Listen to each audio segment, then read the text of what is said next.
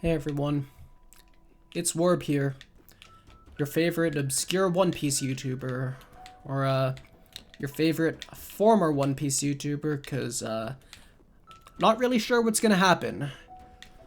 So, short version here for anyone who isn't aware, I'm Werb, I make videos about One Piece, they're primarily videos analyzing the paneling of One Piece, and today I received a series of copyright strikes on my YouTube channel from Shueisha, the company that owns One Piece. So at first I received one strike that covered and had removed 5 of my videos, and then that was this morning, and following that, this evening, I received a sequence of more strikes, which added up to 3 or more, which causes YouTube to instantly delete your channel. Now, that doesn't mean there's nothing we can do here, but before we get to what we're gonna hopefully do next, I will briefly describe sort of how we got here. So, the videos I make are about One Piece's paneling. If you don't know, that's sort of the art of how a manga's pages and panels are composed. Not sort of how the art is drawn, not the art style, but how it directs the eye and, you know, makes the motion clear, uses visual storytelling, things like that. I think that this concept was similar to how there are channels out there that break down cinematography or, you know, game design, except I'm doing it for manga, because I really love manga, I really love One Piece, and the art of paneling is something that I'm pretty passionate about, and I think is, under-talked about and not understood well enough by the average manga reader. You know, you see a lot of people talking about paneling online who just... It's all subjective, but I, you know, disagree with a lot of what people out there say about paneling, and I wanted to provide my perspective on it, on how it works, what's interesting about it, what I think One Piece does well at it.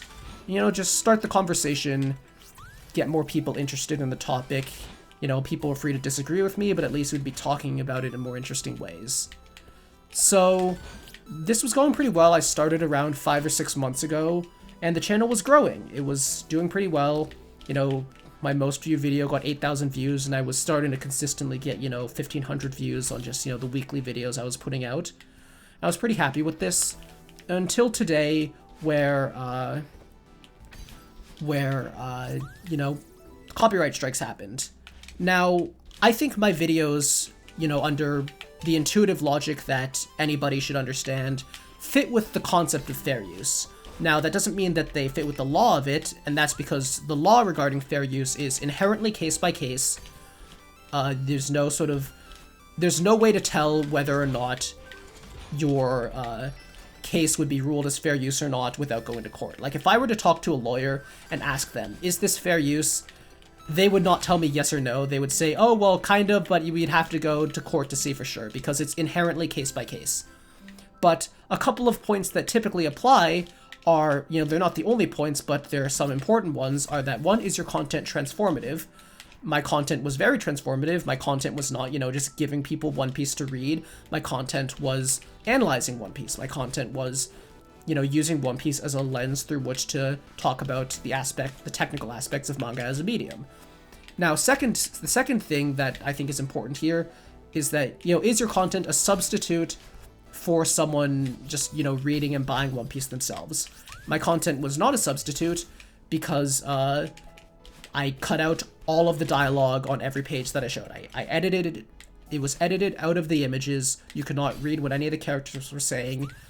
And this was done specifically for the sake of, you know, avoiding copyright issues and hopefully making it clear to, you know, anyone from the company who might find my channel that I was not intending to, you know, infringe on their copyright, or, you know, this was intended as good faith, fair use. Now,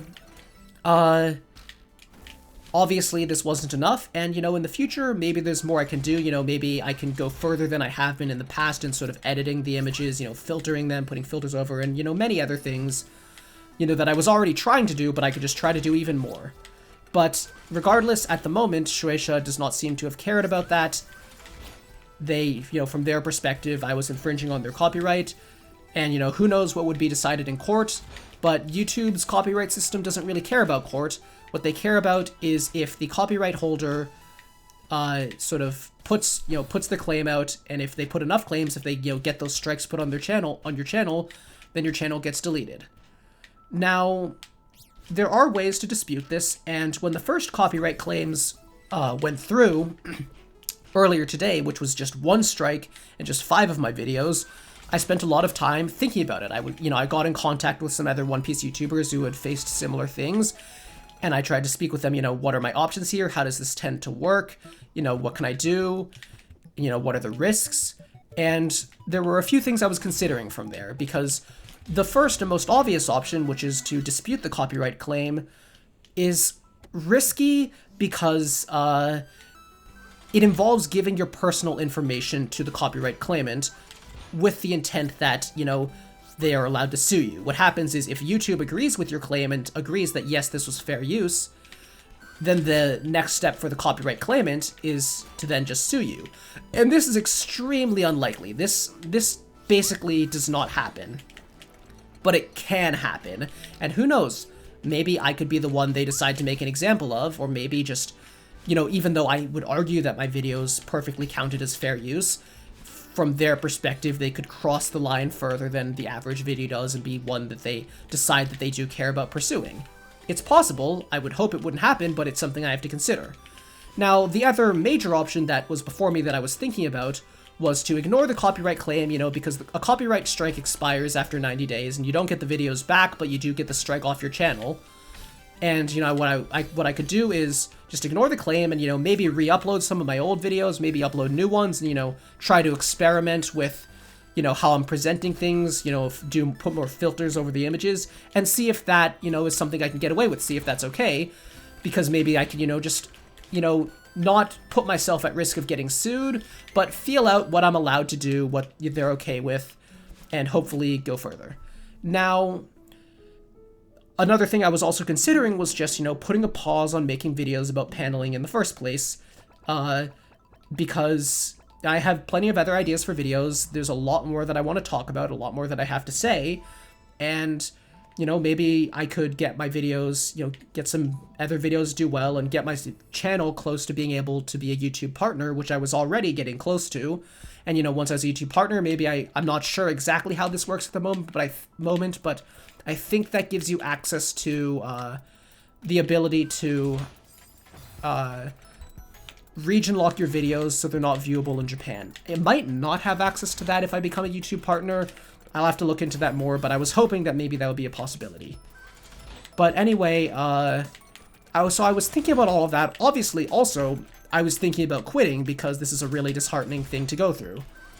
But that's sort of what was on my mind, and I was planning on sleeping on it and deciding which option I wanted to take after that. If I wanted to take the risk of potentially getting sued in order to dispute the copyright claims, or if I wanted to just, take the L and try to avoid copyright claims in the future. Regardless, I was going to decide tomorrow or maybe the day after. Then they decided to copyright strike the rest of my channel. Now, I'm pretty sure that a copyright strike can include as many videos as they want. It can include 1 video, it can include 100 videos. The first copyright strike I received this morning, that was 5 videos. And then the rest of the claims came all at once. The rest of the claims came all in one batch, and yet when I looked at the emails, they said you have received 3 copyright claims. Now, what that tells me is that Shueisha split the copyright claims into more than one, deliberately, for the sake of making sure that my channel reached 3 copyright strikes and would be immediately deleted. Now, to be clear, I do not know this for a fact. It's possible that this was all done by a bot. It's possible that just the bot did it whatever way it was programmed to. I don't know for sure. I'm not saying I know for a fact that Shueisha did this, but it does make me wonder if they did this deliberately to get my channel shut down, because if they did do that, I would consider that definitely a deliberate abuse of YouTube's copyright system, which is already so broken and abusable, but just really is the icing on the cake here. So, what do I do going forward? I'm still not entirely sure, but I've been talking to other One Piece creators. I've been looking into how this usually goes. One thing I recently learned is that this is not just me. Shueisha tends to do this in waves, and my channel is not the only one that was just affected, and that they also tend to target smaller creators because smaller creators don't have, you know, a huge community to support them and fight on their behalf. And I'm hoping that maybe, you know, I can work with other creators, get some attention, and, you know, make up for the fact that I don't have a huge following at the moment. Because I think that the content I was making is something that was worthwhile. I think that it was something worth fighting for. I think it was, you know, I mean, the response, you know, not just toot my own horn, but the response to the videos I was making was overwhelmingly positive. And I mean, you know, if somebody else was making videos like the ones I was making, you know, TB Skyen was doing similar stuff, but not exactly what I was doing, then I didn't even know about it. And, you know, my intent was, you know, just try and give people something new to talk about that I didn't think people were really discussing in enough depth. And, you know, and I want to keep being able to do that. I want to keep being able to bring that to people. And you know, I have many other things besides paneling I want to make content on in the future, but my ability to do that does depend on, like, having a channel with a following so that people will see those things. So I'm not 100% sure yet about, you know, how I'll go about this, and, you know, I have to sleep on it and figure out, you know, the course of action. I don't know if everything will happen immediately, but I think I have to fight this. My channel is deleted, but, you know, I still have a period of time during which I'm allowed to dispute this. And I guess I have to just do that and hope that it works out. And I hope that, you know, maybe people can spread this video around, you know, follow me on Twitter as I give updates on this and try to get some attention around it. But I guess that's about this. I'm gonna fight to get my channel back, and I hope that all the people who were following my channel before now actually see this video. I don't really know if it's gonna, you know, go far beyond its target audience, or only like 20 people are gonna see this video because it's on a brand new channel, but, well, I hope it works out. You know, thanks to everyone who appreciated my channel. Hopefully we get it back, and I guess that's it for now.